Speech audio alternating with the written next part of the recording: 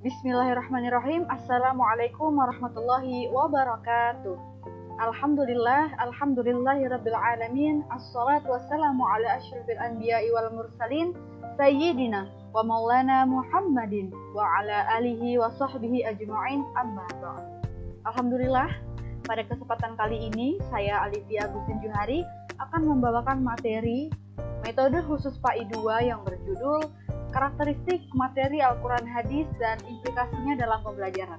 Langsung saja kita mulai.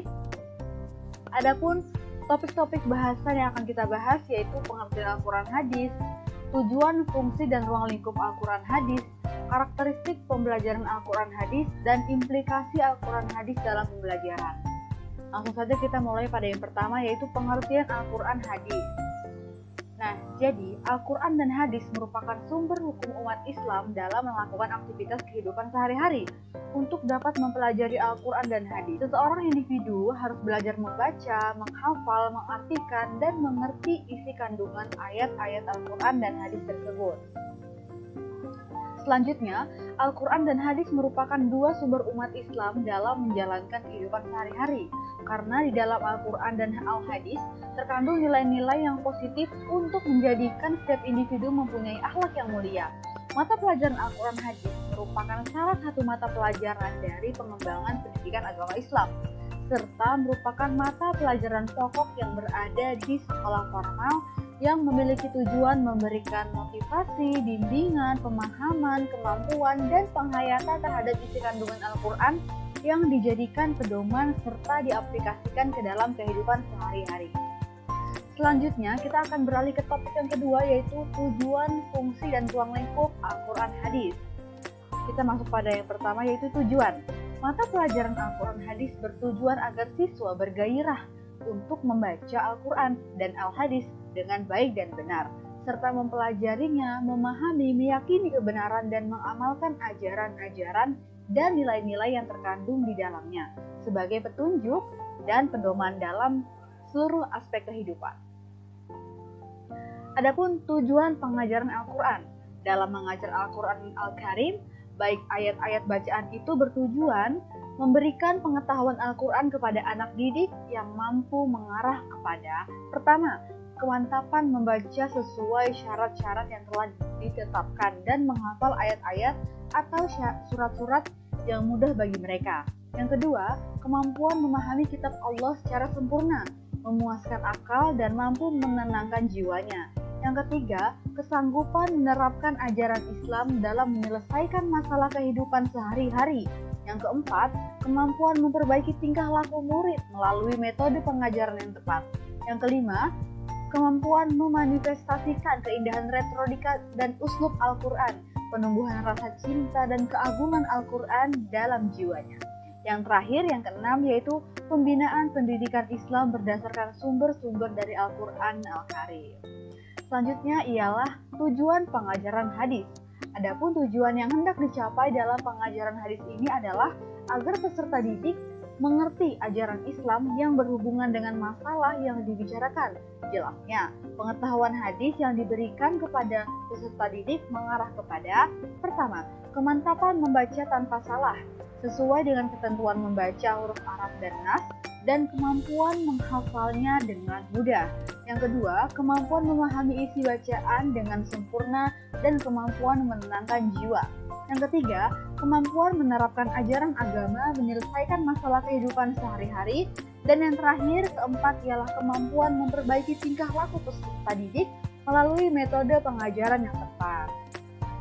Oke, kita beralih kepada yang kedua yaitu fungsi.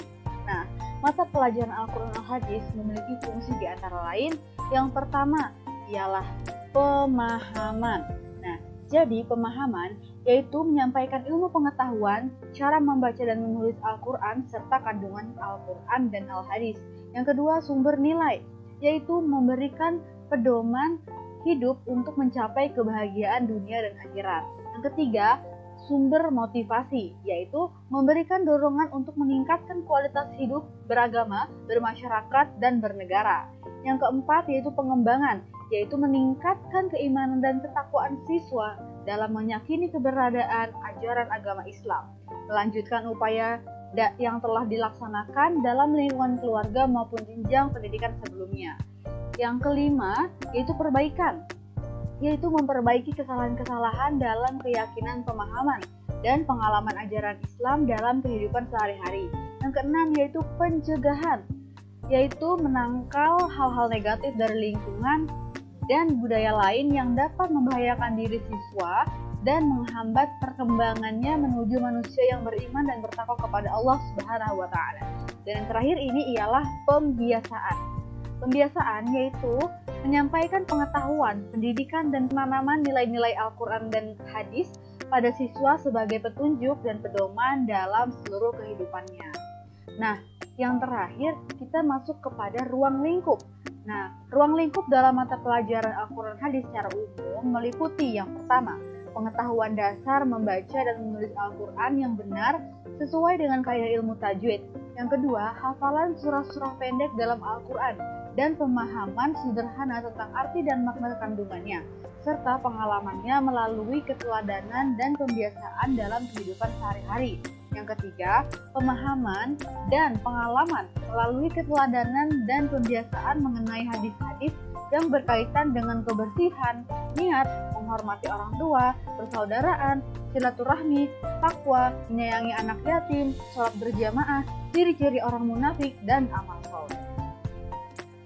Oke, adapun ruang lingkup materi hadis dalam pembelajaran Al-Quran hadis, yaitu yang pertama menjelaskan struktur hadis dan yang kedua fungsi dan kedudukan hadis dalam Al-Quran. Nah, dalam menjelaskan struktur hadis ini terdapat 3 bagian, yaitu sanad, matan, dan rawi. Sanad menurut bahasa adalah al-mu'tamad, artinya sandaran atau sesuatu yang dijadikan sandaran, pegangan, dan pedoman. Dikatakan demikian karena hadis bersandar kepadanya. Sedangkan menurut istilah ada beberapa pengertian antara lain mata rantai para perawi hadis yang menghubungkan sampai kepada matan hadis, berita tentang jalan matan, dan ada juga yang merumuskan mata perawi yang menukilkan hadis dari sumbernya yang pertama. Yang kedua yaitu matan. Matan menurut bahasa adalah tengah jalan panggung bumi atau bumi yang keras dan tinggi. Sedangkan menurut istilah ialah lafaz-lafaz hadis dengan lafaz-lafaz itulah terbentuk makna. Nah, yang terakhir ialah rawi. Kata rawi berarti orang yang meriwayatkan atau memberitahukan hadis. Sebenarnya antara sanad dan rawi merupakan 2 istilah yang tidak dapat dipisahkan. Sanad-sanad hadis pada setiap generasi atau tobakoh tingkatan juga terdiri dari para rawi. Yang kedua yaitu fungsi dan kedudukan hadis dalam Al-Quran. Nah, di sini hadis berfungsi memperkuat dan memperkokoh hukum yang dinyatakan oleh Al-Quran. Hadis menetapkan hukum baru yang tidak ditetapkan oleh Al-Quran. Banyak hal yang hukumnya tidak ditetapkan secara pasti, hukum yang terjadi adalah merupakan produk hadis atau sunnah yang tidak ditujukan oleh Al-Quran. Fungsi hadis juga untuk menafsirkan serta memperinci ayat-ayat yang masih mujmal atau bersifat global. Hadis adalah segala sesuatu yang dinisbahkan kepada Nabi Muhammad SAW, baik berupa ucapan, perbuatan, takrir atau ketetapan, maupun sifat fisik dan psikis baik sebelum beliau menjadi Nabi maupun sesudahnya. Nah, dalam mata pelajaran Al-Quran hadis ada beberapa komponen yang perlu diperhatikan. Nah, itu sebagai berikut. Yang pertama, menjelaskan tentang ayat-ayat Al-Quran dan hadis. Ayat-ayat Al-Quran dan hadis yang diambil sebagai bahan materi atau bahan ajar yang telah disesuaikan dengan tingkat pendidikan, baik di MTS maupun di madrasah. Selanjutnya, mufradat atau kosakata. Untuk mufradat, biasanya tidak disebutkan semuanya, melainkan hanya beberapa mufradat saja yang dianggap suka bagi siswa.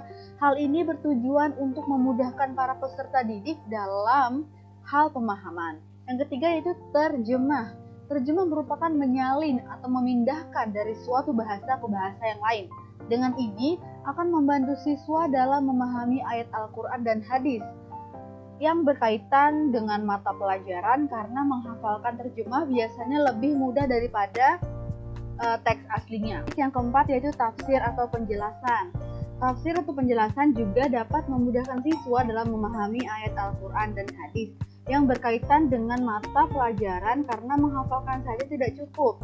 Harus mengetahui apa saja yang terkandung dalam materi Al-Quran hadis yang diajarkan, sehingga materi akan lebih kuat tersimpan dalam ingatan siswa dan sulit untuk dilupakan, insyaallah. Dan yang terakhir ialah tajwid.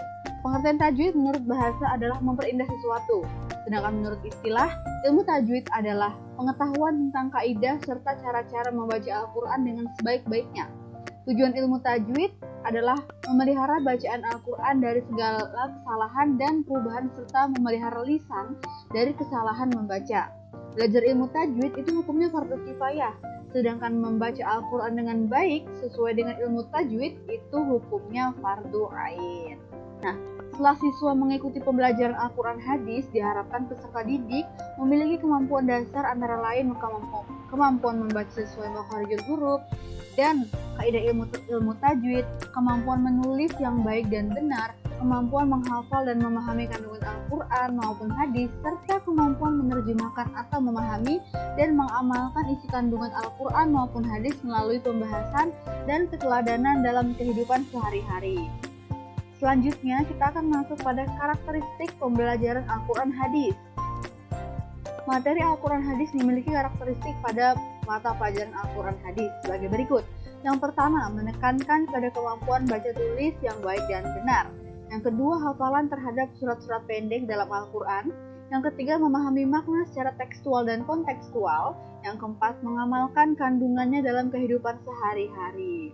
Nah, secara substansial, mata pelajaran Al-Quran hadis memiliki kontribusi dalam memberikan motivasi kepada peserta didik untuk mencintai kitab sucinya, mempelajari dan mempraktikkan ajaran dan nilai-nilai yang terkandung dalam Al-Quran hadis sebagai sumber utama ajaran Islam, dan sekaligus menjadi pegangan dan pedoman hidup dalam kehidupan sehari-hari. Dalam materi Al-Quran hadis juga mendorong tumbuhnya kajian tentang pengembangan bahasa Arab. Selanjutnya, kita akan beralih pada materi yang terakhir, yaitu implikasi sejarah dalam pembelajaran Al-Quran hadis. Al-Quran hadis adalah salah satu pelajaran dalam pendidikan agama Islam. Sangat penting bagi peserta didik untuk memahami dan mempelajari Al-Quran hadis. Setelah kita memahami dan mempelajari Al-Quran hadis, pasti kita akan mendapatkan sesuatu hal yang akan diketahui serta diamalkan dalam kehidupan sehari-hari. Nah, adapun implikasi mata pelajaran Al-Quran hadis dalam pembelajarannya. Di antaranya yang pertama, mengetahui. Nah, ini disebut sebagai aspek knowing.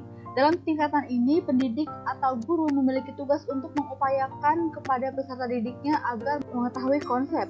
Murid diajar agar tahu bahwa Al-Fatihah itu merupakan bagian penting dari surat-surat yang ada dalam Al-Quran. Guru mengajar berbagai hal mengenai surat Al-Fatihah, semacam makna Al-Fatihah itu sendiri, jumlah ayat yang ada dalamnya, dan di kota mana surat tersebut diturunkan. Untuk mengetahui apakah murid telah memahami, guru sebaiknya memberikan soal-soal latihan, baik untuk dikerjakan di sekolah maupun di rumah. Sampai pada akhirnya, guru yakin bahwa muridnya telah mengetahui seluk-beluk mengenai surat Al-Fatihah. Yang kedua yaitu terampil melaksanakan atau mengerjakan yang ia ketahui itu. Nah, ini disebut sebagai aspek doing. Setelah murid mengetahui konsep mengenai hal-hal yang berkaitan dengan surah Al-Fatihah, langkah selanjutnya adalah murid diajar untuk terampil melafalkan dan membaca surat Al-Fatihah dengan baik dan benar. Guru mengajarkan bahwa cara yang paling mudah untuk langkah pertama dalam membaca surat Al-Fatihah adalah dengan mengikuti sang guru untuk melafalkan ayat-ayat dari surat Al-Fatihah. Guru melafalkan satu ayat dari surat Al-Fatihah untuk kemudian diikuti oleh murid-muridnya. Bila semua murid telah mampu membaca dan melafalkan surat Al-Fatihah dengan baik dan benar, dan guru yakin bahwa murid-muridnya telah benar-benar terampil dalam membaca dan melafalkan surat Al-Fatihah, maka tercapailah tujuan pembelajaran aspek doing. Yang ketiga, melaksanakan atau mengamalkan yang ia ketahui, atau yang disebut dengan aspek being. Nah, jadi konsep itu tidak hanya sekedar untuk diketahui tetapi juga menjadi miliknya dan menyatu dengan kepribadiannya. Dalam contoh di atas, setiap ia hendak membaca Al-Quran maka dimulai dengan Al-Fatihah. Setiap selesai berdoa diakhiri dengan membaca Al-Fatihah. Terlebih lagi, setiap melaksanakan sholat, maka ia wajib untuk membaca surat Al-Fatihah. Bahkan dalam berbagai kesempatan, ia gemar untuk membaca surat Al-Fatihah. Inilah tujuan pengajaran aspek being. Pembelajaran untuk mencapai being yang tinggi lebih mengarahkan pada usaha pendidikan agar murid melaksanakan apa yang diketahuinya itu dalam kehidupan sehari-hari. Nah, itu tadi pembahasan tentang karakteristik materi Al-Quran hadis dan implikasinya dalam pembelajaran. Semoga ada hal yang dapat kita ambil dan kita pelajari dari pembahasan kita tadi. Sekian dari saya, kurang lebihnya mohon dimaafkan. Terima kasih. Wassalamualaikum warahmatullahi wabarakatuh.